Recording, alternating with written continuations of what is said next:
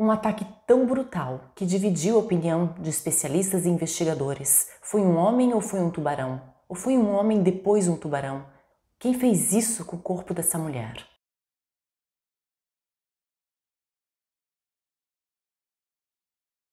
Oi gente, bem-vindos velhos e novos amigos. Já sabem, ajuda muito se deixar like, comentário, se inscrever. Se quiser também, se não quiser não tem problema, sem ressentimentos. Vamos todos juntos para a história de hoje, que não voltamos para a Itália ainda. Estamos na Califórnia, em San Diego, mais especificamente no Sunset Cliffs, que como o nome sugere, numa tradução literal, é o penhasco do pôr do sol. Essa parte da costa toda acidentada oferece vistas magníficas ao entardecer. E é ali que nós nos encontramos no dia 15 de abril de 1994. É uma sexta-feira e faz pouco tempo das 3 da tarde. E é quando se pode observar uma daquelas cenas que não se vê todo dia, nas palavras exatamente de David Corriera, um surfista de 22 anos de idade. São gaivotas em meio ao oceano, bicando alguma coisa, mais ou menos uma meia dúzia delas. E a coisa mais interessante é que não dá para ver onde elas estão apoiadas. Parece que elas estão caminhando, elas estão ou paradas ou ali caminhando, dando seus passinhos para lá e para cá, sobre a água mesmo. E a cena parecia tão interessante e as próprias gaivotas tão interessadas no que elas estavam ali vasculhando, que o David, que estava a alguns metros dentro da água, sentado sobre a sua prancha, ele chamou a atenção do único outro surfista que tinha ali à vista. Se tratava de William Dostal, ele estava com 30 anos na época e ele estava mais próximo das gaivotas. Então ele começou a remar em direção às gaivotas e acabou dispersando elas. Ele então conseguiu ver o que os pássaros estavam usando como poleiro. Ele gritou alguma coisa na direção de David que não conseguiu entender e William remou de volta para a costa, dessa vez com muito mais velocidade. Minutos depois, às 3h28, chegou a primeira chamada, feita para a estação de salva-vidas da região, denunciando que 2 surfistas estavam carregando alguma coisa do mar para a praia e parecia muito ser um corpo. E sim, foi verificado que era uma mulher, que além de algumas pulseiras, anéis e uma tatuagem de borboleta, estava completamente nua. Seus longos cabelos castanhos cobriam seu rosto, mas ela parecia ter por volta de 20 anos, não muito mais do que isso. Mas não demorou muito para que ela fosse identificada como Michelle Van Amster, que estava na verdade com 25 anos na época. Já a causa do seu decesso não foi assim tão fácil de descobrir. Todos os que viram o estado de Michelle naquele momento, à primeira vista, pensaram imediatamente num ataque de um animal, não um qualquer, especificamente um grande tubarão branco. Aliás, algumas pessoas chegaram a sugerir que parecia o ataque de mais de um. A sua perna direita estava faltando, da metade da coxa para baixo. Todo o corpo tinha marcas de rasgos. A autópsia revelou que ela não estava há muito tempo no mar, mas mesmo assim tinha bastante areia na sua boca, garganta e estômago até. O seu pescoço tinha sido quebrado e alguns restos de ossos e pele era tudo que tinha sobrado de suas nádegas. Ela tinha várias costelas quebradas e um pedaço da sua pelvis parecia ter sido arrancado de algum modo. A primeira análise do corpo sugeriu que primeiro ela tinha sangrado internamente e depois perdido sua vida, ou seja, ela estava ainda viva quando tudo isso aconteceu com ela. Mas vamos então conhecer a nossa protagonista de hoje, antes de toda essa tragédia. Michelle Van Amster nasceu no dia 2 de agosto de 1968, num subúrbio de São Francisco, ali mesmo na Califórnia, e cresceu numa grande e feminina família, já que as filhas eram ela e outras 4 irmãs que moravam com seus pais. Uma família de classe média, não faltava nada para eles, os pais eram muito presentes na vida das meninas e elas eram muito amigas entre si, mas também muito amigáveis, tinham também muitos outros amigos. Inclusive, talvez principalmente Michelle, que era conhecida como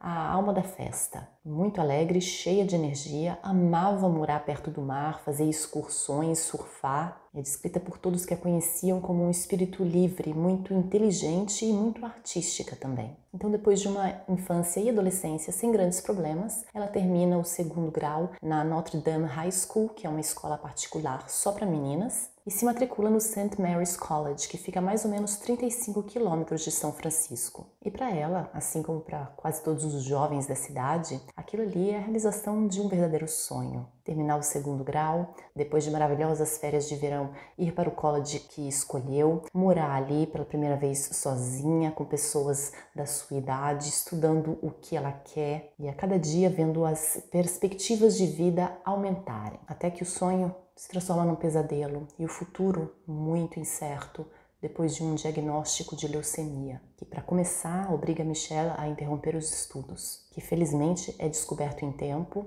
e depois de um longo tratamento, Michelle consegue sim se recuperar. Obviamente, as coisas não voltam a ser como era antes, Michelle não é a mesma de antes, ela se sente muito mais madura, sente que num curto período de tempo aprendeu tanto, aquela perspectiva de quase perder a sua vida fez com que ela resolvesse aproveitar ao máximo essa espécie de segunda oportunidade que ela tinha. Então ela se transfere para Ocean Beach, número 4999, Muir Avenue, um apartamento que ela divide com uma outra jovem chamada Coco Campbell, e as duas acabam se tornando bastante próximas. Michelle tinha já se mudado algumas vezes desde que tinha saído da casa dos pais depois do seu tratamento, e era a primeira vez que ela sentia que aquele lugar ali ela podia se acomodar. Apesar de que, além de ser uma parte de San Diego muito bonita, com uma costa muito bonita, muito frequentada por surfistas, infelizmente naquele período dos anos 90 era muito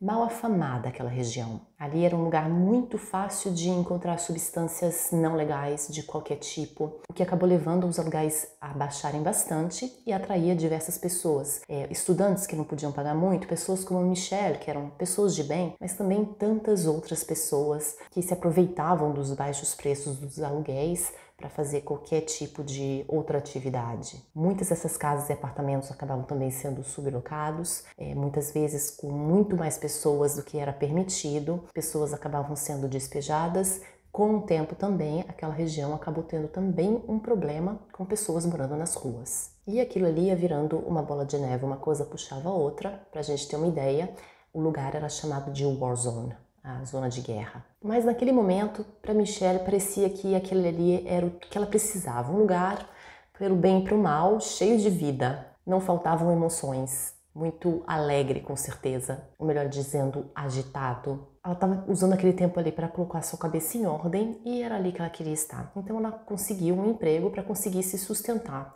enquanto decidiu o que fazer. E foi então que ela arranjou emprego na Cabrillo Stationery and Office Supply, uma loja de materiais para escritório, que ficava na Newport Avenue. Um local que se torna bastante importante nessa investigação. Primeiro porque no sábado, dia 16 de abril, a dona dessa loja, Denise Knox, estava assistindo o Jornal da Noite, quando ouviu a notícia de que o corpo de uma jovem ainda não identificado e que tinha uma tatuagem de borboleta no ombro tinha sido encontrado na praia no dia anterior. E acontece que ela tinha uma funcionária que tinha faltado no trabalho sem nenhuma explicação, nenhum tipo de contato, seja no dia anterior que no próprio sábado. Ela então e o marido trocaram um olhar, ela ligou imediatamente para o número de emergência que aparecia na tela e a polícia passou essa ligação imediatamente para o escritório do legista. Ela acabou falando com ele por mais de meia hora, porque primeiro ela deu uma descrição geral da jovem, mas o legista estava pressionando ela para dar mais informações, mais detalhes pessoais,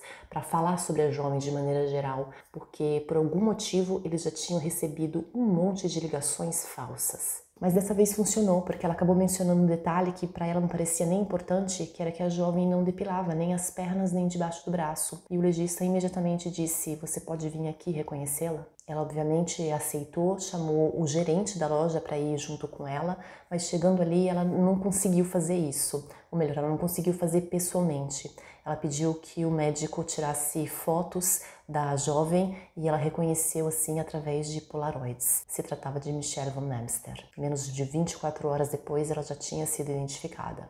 Mas esse não foi o único avanço nas investigações. Como eu mencionei, o local de trabalho dela tinha sido uma peça-chave nesse inquérito. Depois de fazer o reconhecimento, Denise Knox, obviamente, também deu o seu depoimento e foi ali que ela foi a primeira pessoa a mencionar que alguém tinha incomodado Michelle não muito tempo atrás. O que tinha acontecido, na verdade, é que quando Michelle tinha ido ali fazer a entrevista de emprego, ela explicou que ela tinha acabado de deixar o outro emprego dela como garçonete porque tinha uma espécie de stalker incomodando ela ali. Ela trabalhava no Rumors Coffee Shop e tinha um cliente ali bastante habitual, ele ia todos os dias, talvez até mais de uma vez por dia, chegava sempre de moto, sozinho, e começou a tentar se aproximar de Michelle de maneira muito insistente, e ela começou a se sentir cada vez mais desconfortável. Mesmo sem dar nenhuma esperança para ele começou, por exemplo, a esperá-la todos os dias que ela fechava o local, ele esperava ela no lado de fora. Oferecia então para levar ela para jantar, para sair, para passear, dar carona para ir para casa, e ela sempre respondia que não. O que não adiantava nada, e isso começou a assustar Michelle, porque ele, no dia seguinte, depois de uma recusa, agia como se nada tivesse acontecido, como se fosse a primeira vez que ele estivesse convidando ela. Ela começou a ficar com medo, se demitiu e estava procurando um outro emprego. Ali na loja de materiais de escritório que ela encontrou então esse emprego, ela estava se dando muito bem, dava bem com a sua patroa, gostava do trabalho, pagavam ok, era um pouco menos até do que ela recebia antes, mas ela dizia que ela estava muito melhor ali, ela se dava bem com seus amigos, principalmente com um rapaz que, como todos os seus outros colegas, foi ouvido pelos investigadores, se chamava Edwin Decker, e ele trabalhava com Michelle e trabalhou com ela, inclusive, na quinta-feira, no dia anterior ao que o corpo dela foi encontrado. Ele disse que eles dois terminaram o turno deles juntos, eles fecharam o negócio. Depois dali, eles se dirigiram para um bar que tinha música ao vivo, o Winston's Beach Club. Eles bebem um pouco juntos, comem alguma coisa, assistem a banda que está tocando e a última vez que ele vê a colega de trabalho e amiga também, Michelle, é quando eles se despedem e ela entra num táxi para voltar para casa. E aparentemente, estranhamente, parece que essa também foi a última vez que os policiais conversaram com Edwin Decker, que depois que o caso de Michelle foi encerrado, deu diversas outras entrevistas, declarações, escreveu sobre isso no seu blog e chegou a publicar mais de um livro sobre o seu relacionamento ou tentativa de um relacionamento com Michelle Van Amster. Decker, que na época dos fatos estava trabalhando ali com Michelle para conseguir pagar as contas enquanto se afirmava como escritor, diz que na verdade a versão que ele deu para a polícia não era uma mentira, era simplesmente não completa, porque na verdade ele não se despediu de Michelle na porta do clube. Os dois foram juntos para o apartamento dele. Ele conta também que uma das pessoas que trabalhavam no bar, que eles mais ou menos conheciam, tinha sido demitida aquela noite mesmo, e essa pessoa encontrou eles enquanto eles dois caminhavam a pé para a casa de Decker. E esse outro rapaz estava meio que choramingando, meio bêbado porque tinha sido demitido e pediu para acompanhá-los. Os dois ali não sabiam como dizer não e o cara foi junto de vela. Mas Decker confessa que chegando ali no apartamento dele, ele ainda deu mais bebida para esse cara, que acabou desmaiando ali, apagou completamente no sofá deles. Então ele teve a oportunidade de ter mais intimidade com Michelle. O nível dessa intimidade nunca ficou tão claro. Tem versões que dizem uma coisa, versões que dizem outra. Na verdade, todas as versões do próprio Decker, que tem essa mania de dizer uma coisa e depois dizer que ele não tinha sido tão aberto, que na verdade era um pouquinho mais. Mas foi isso. Termina dizendo então que a Michelle passou a noite ali na casa dele e só então ela pegou o tal táxi que voltava para a casa dela. De qualquer maneira, uma versão muito diferente do que ele contou para os investigadores. Já no dia seguinte, continuando a reconstrução dos dois últimos dias de Michelle, que era o dia 14, ela vai a um show do Pink Floyd com a sua amiga que mora junto com ela, a Coco. As duas enfrentam uma longa fila só para chegar na bilheteria, mostrar os bilhetes que elas já tinham comprado e ter que ouvir que o bilhete, na verdade, era para uma outra data. Elas tinham se enganado completamente. Então, frustradas, começam a se dirigir de volta para casa no carro de Coco. Mas antes que elas pudessem chegar ali no apartamento, Michelle pede que a amiga pare, mais ou menos a umas 6 quadras de onde elas moravam. Michelle diz que ela quer descer. Ali tem um pier que tem início bem ali, com alguns bares. Se ela quisesse, ela podia parar, comer alguma coisa, beber alguma coisa. E ela disse que ela preferia dar uma passeada, voltar devagar para casa, caminhando. Ela então desce do carro e Coco se torna assim a última pessoa a ter visto Michelle com vida.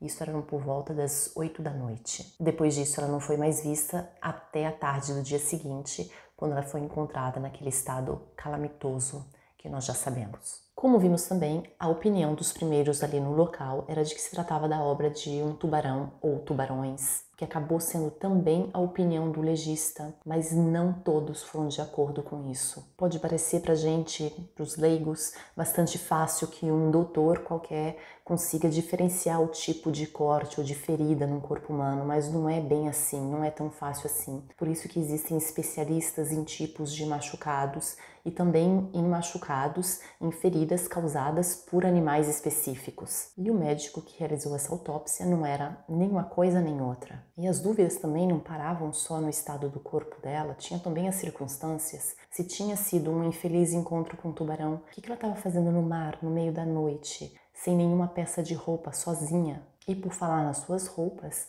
uma jaqueta que ela estava usando, uma jaqueta leve verde, e a sua bolsa foram encontradas numa praia ali perto. Só esses itens, nenhuma das outras coisas foi encontrada. Não era tão fácil assim. O ataque de tubarão não respondia a todas as perguntas. A jaqueta e a bolsa foram encontradas 8 horas depois apenas e a 3 quilômetros de distância. A praia em questão era muito lotada, é uma das praias mais lotadas dali, e mesmo assim ninguém parecia ter tocado na bolsa, porque estava ainda com dinheiro dentro. Não faltava mais nada, o que faltavam era o resto das roupas dela, sapato. Mesmo com essas incoerências com um ataque animal, o caso estava realmente sendo encaminhado para ser encerrado assim, até que despertou realmente o interesse de algumas pessoas importantes e que tinham algo importante para dizer. Para começar, o Dr. Ralph Collier foi chamado para dar sua opinião de especialista. Aliás, o maior especialista nesse campo. Ele, naquele ponto, já tinha estudado por mais de 40 anos as interações homem-tubarão. Era um dos fundadores e presidente do Comitê de Pesquisas de Tubarões na América e autor de um livro chamado Ataques de Tubarões do século XX na costa do Pacífico, na América. Além de participação em artigos, outros casos, documentários até. Ele era a pessoa que tinha que ser ouvida. E depois de examinar o corpo de Michelle, o que ele tinha para dizer era muito inesperado. Uma das coisas que me chamou a atenção foi a condição da carne no ponto onde foi arrancada a perna. Quando um tubarão branco morde um membro, a ferida é precisa, como acontece com uma serra circular, por exemplo. Mas o que restou do fêmur de Michelle é completamente diferente. Para fazer uma comparação, é como se um bastão de bambu tivesse sido quebrado, deixando uma ponta. Um tipo de lesão que é verificada quando uma enorme força é aplicada para literalmente torcer o osso. Eu estudei mais de 100 casos assim durante os anos e nunca vi um osso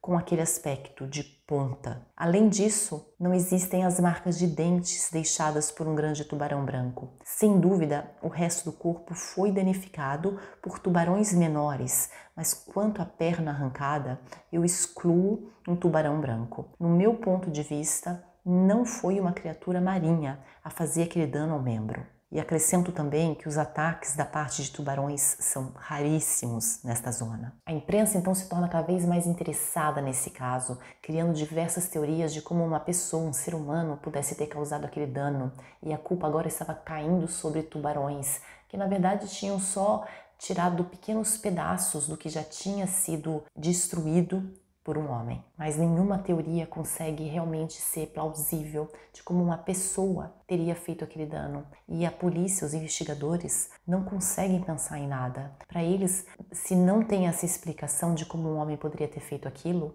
tinha que ter sido um tubarão. Para os responsáveis pela investigação do caso, a teoria mais provável era ainda de que Michelle tinha sido deixada ali no pier às 8 da noite pela sua amiga. Ela então deu uma passeada ali, talvez bebeu alguma coisa, não tinha sido estabelecido se ela tinha álcool no sangue ou não. Fato é que por volta da meia-noite mais ou menos, ela resolveu entrar no mar, tirou toda a sua roupa, entrou ali, se deparou com um tubarão que a arrastou para o fundo do mar, onde ela acabou engolindo areia, junto com água, obviamente. O tubarão então teria se debatido a cabeça, segurando ela ainda, o que seria responsável pelo pescoço dela quebrado, pelas costelas e pelos diversos outros arranhões e ferimentos pelo corpo. O tubarão então vai embora, levando com ele o pedaço da perna dela, deixando os restos para os animais menores e também para ser descoberto no dia seguinte, às 3h20 da tarde. Mas como eu mencionei, o especialista Ralph Collier não era o único a ser contra essa versão policial. Richard Rosenblatt, que era o presidente do Scripps,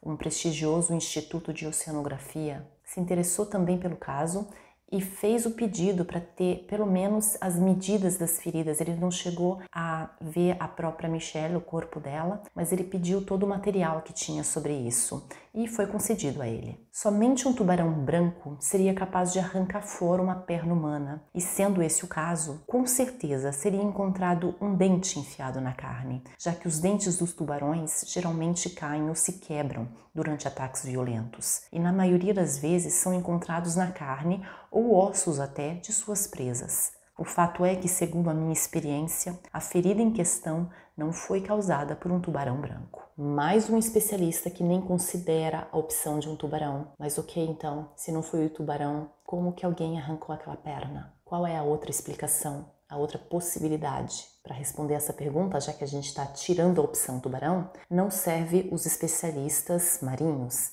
serve um outro tipo de especialista. Então a próxima pessoa a ser consultada é o Dr. Harry Bonnell, um patologista forense, que também tem algo muito interessante a declarar. Segundo ele, não existem provas, nenhuma prova, de que Michelle tenha perdido a sua vida por causa daquele membro que foi retirado. Aquilo poderia ter acontecido, muito bem na opinião dele, depois da morte. Na opinião dele, que tinha, assim como o último especialista, estudado somente o material que outros tinham escrito, na opinião do Dr. Harry Bonnell, tinha que ser feita uma outra autópsia, partindo do princípio que todo o dano causado por qualquer tipo de animal tivesse sido causado pós-mortem. Para aí, então, com a mente aberta, sem pensar nisso, tentar se descobrir por que ela tinha perdido a sua vida, como. Na verdade, para ele, a resposta que tinha que ser encontrada não é quem tinha arrancado a perna da vítima, mas quem tinha tirado a vida dela, porque a resposta para essas duas perguntas poderia não ser a mesma.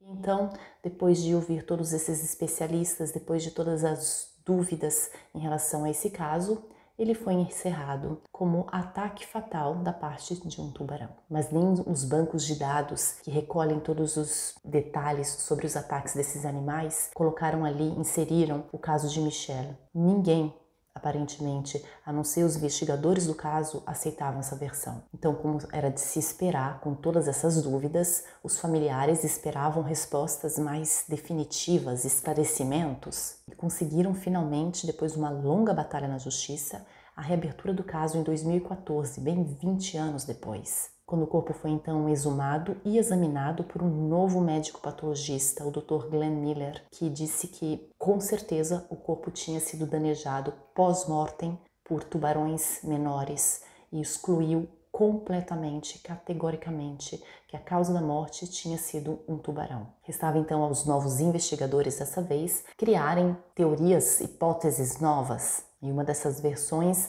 era de que Michelle talvez não tivesse entrado no mar por vontade própria, talvez ela tivesse caído já próximo da casa dela, tinha uma parte com acesso ao mar, depois de passar por um grandíssimo penhasco, talvez ela tivesse escorregado, rolado todo o penhasco até cair no mar, ela tivesse feito já diversos desses ferimentos antes mesmo de chegar na água. O problema dessa versão é que dificilmente explica a perda da perna. Por falar nisso, onde estavam suas roupas? Ok, talvez elas tivessem sido destruídas, caíram no mar, dispersas, mas e a jaqueta e a bolsa? Também uma versão que deixa várias perguntas. Tinha também uma outra, que era de que talvez ela tivesse sim entrado na água por vontade própria, mas eles já pararam por aí porque a temperatura naquela noite era de 13 graus. Não é todo mundo que tem vontade de tirar a roupa ao céu aberto quando estão 13 graus, muito menos entrar na água para nadar. Aí eles pensaram que talvez ela tivesse muito bêbada ou sob a influência de alguma substância. Como a gente viu, não deu para ver isso na autópsia. Só que nada no histórico dela sugeria isso. Ela realmente era uma pessoa que bebia pouquíssimo e ninguém nunca viu ela usar nada mais. E o grande problema com todas essas teorias, com as outras versões dessas teorias, eram as roupas de Michelle. É uma coisa que a polícia achava particularmente interessante, porque eles conheciam bem aquele ponto da praia onde foram encontradas a jaqueta e a bolsa dela. Eles conheciam bem porque ali era onde tinha maior concentrações de roubo. Era ali o único ponto na praia, digamos assim, que as pessoas não deixavam as coisas para entrar no mar, porque sabiam que quando voltasse não estaria mais ali. Como é que uma bolsa tinha sido encontrada fechada, com dinheiro dentro, documentos, com tudo, não faltava nada. E a polícia então começou a tentar imaginar versões diferentes dessa história, diferentes o bastante para não envolver nem tubarão, nem acidente. Talvez Michelle tivesse sido atacada naquela praia, provavelmente uma tentativa de violência íntima, que terminou muito mal. Ela foi então arrastada até a água, a pessoa afogou ela, fazendo com que ela engolisse a areia e toda aquela água, depois de bater, obviamente, violentamente nela. E então, pós-mortem, a pessoa, tentando já dar a culpa para um animal, arrancou de qualquer maneira a perna dela. Provavelmente tinha sido uma pessoa muito criativa, porque a polícia não conseguia imaginar a espécie de instrumento, de objeto usado para realizar um feito desses. Já a parte da roupa é mais fácil de explicar com essa teoria. O agressor teria simplesmente levado tudo com ele e depois que o caso começou a ficar mais na mídia, a ser mais falado, por algum motivo ele ficou com medo e, para causar uma despistagem, foi lá e colocou numa praia que não tinha nada a ver a jaqueta e a bolsa. Talvez o resto da roupa tivesse o sangue dele, ou de qualquer maneira tivesse mais o DNA dele, e ele resolveu não se expor tanto. E essa foi então a teoria que a polícia resolveu seguir. Então eles começaram por fazer uma coisa que não tinha exatamente sido feita antes, que era tentar investigar suspeitos humanos. Obviamente começam de Edwin Decker, aquele amigo dela com quem ela tinha ido beber na noite anterior ao seu desaparecimento, e ele ali dá uma informação nova. Ele diz que Michelle tinha a mania, ou gostava de surfar sozinha à noite nua. Informação que ele não tinha mencionado antes, obviamente, e nenhuma das amigas conhecidas de Michelle tinha nunca ouvido falar disso. Aliás, todo mundo classifica como absurdo isso que ele está dizendo. E por falar em absurdo, foi ouvida também Denise Knox. Ela mesma se voluntariou, ela mesma foi até esses novos investigadores, porque ela disse que ela tinha uma coisa nova para contar. Um belo dia, depois de alguns meses, talvez, do encerramento das investigações, do encerramento do caso, tinha ido um homem até a loja dela, que pediu para fazer diversas cópias de um documento, que quando ela foi ver, era o relatório de autópsia de Michelle. Ele simplesmente fez diversas cópias, pagou, subiu em sua moto e foi embora. Ela disse isso para a polícia, que chegou a investigar, ou disseram que investigaram, não dá para saber, mas não levou em nada, porque uma decisão já tinha sido tomada. O caso foi novamente fechado como ataque de um tubarão branco. Mas e se as feridas não são compatíveis? Bom, se a gente não tem uma outra resposta, foi o tubarão branco. O caso então foi definitivamente encerrado, mas as perguntas obviamente não desapareceram. Essa falta de explicação criou só mais interesse pelo caso. Com os anos, diversas teorias começaram a surgir, seja sobre o caso, seja sobre a própria Michelle. Ela teria tentado mergulhar, ou talvez ela tenha caído, escorregado, ou empurrada do Sunset Cliffs. Tinha os que acreditavam em atropelamento, alguns de barco, e assim que ela perdeu a perna, outros por um carro e depois foi jogada no mar. Surgiu então a teoria da festa. Era uma festa no barco, onde ela perdeu sua vida por overdose, provavelmente, e aí então jogaram ela no mar. E ela foi atingida pela hélice. E tinham aqueles que queriam explicar com mais criatividade como alguém podia ser criativo bastante para conseguir aquele tal instrumento para tirar a perna. Os filmes, daqueles estilo pornográfico, que terminam com fatalidades reais. Ali sim, aquilo ali podia ser uma explicação. Afinal, ela precisava de dinheiro, não? E tinha gente que acreditava também na teoria da frustração. Ela se frustrou tanto que ela não conseguiu ir para o show do Pink Floyd, não conseguiu entrar naquela noite, que ela acabou indo para um outro show não identificado, onde ela usou tanto LSD que ela acabou perdendo sua vida por isso. Tem também quem faz uma pequena variação dessa teoria e diz que ela fez isso propositalmente contra si mesma. Tem quem acreditava que ela fazia isso regularmente e ela acabou devendo tanto por fornecedor dela, digamos assim, que ele tirou a vida dela, como afogando a moça no mar. E, obviamente, quem jurava de pé juntos que não tinha sido o fornecedor dela ou alguém que ela tinha sido atacada, tinha sido o próprio stalker dela, aquele da moto. E essas são só algumas das teorias, das muitas teorias, algumas com um pouquinho de coerência, outras completamente infundadas. Mas duas coisas nessa grande lista me chamam a atenção. Primeiro é o quanto essas hipóteses são diferentes uma das outras. Algumas são variações das mesmas, mas muitas são completamente diferentes, mostrando exatamente a falta de fatos concretos, que dá essa abertura toda à imaginação. Na verdade, não se sabe muito, então pode ser qualquer coisa. E a outra coisa é que a falta da perna de Michelle não foi nem mencionada. Parecia que até as pessoas, até aqueles que gostavam de teorias de conspiração, que gostavam de escrever sobre isso, de hipotizar, até eles tinham entendido que tinha que se concentrar mais no que causou a perda da vida dela e não com o que aconteceu com a perna. Isso fazia parte do caso? Óbvio, mas tinham muitas outras perguntas a serem respondidas, coisas a serem esclarecidas. Só para mencionar algumas coisas, o tal stalker parece que nunca foi encontrado. E a tal teoria da hélice de um barco? Talvez funcionasse, talvez fosse mais plausível do que os dentes de um tubarão. Foram, por acaso, investigadas essas embarcações? Isso para a gente não falar no tal Edwin Decker, que escreveu um livro, ou mais que um, sobre esse assunto, dando uma versão da história completamente diferente daquela que ele deu para a polícia. Se não foi ele, se talvez ele tivesse um álibi de ferro, com certeza ele tinha muito mais informações para dar. Mas aparentemente era muito trabalhoso. Aparentemente a opinião dos especialistas podia ser desconsiderada e a polícia resolveu por 2 vezes escolher aquela opção que permitia a eles encerrar o caso sem investigar. Foi um tubarão branco. Será? Obrigada.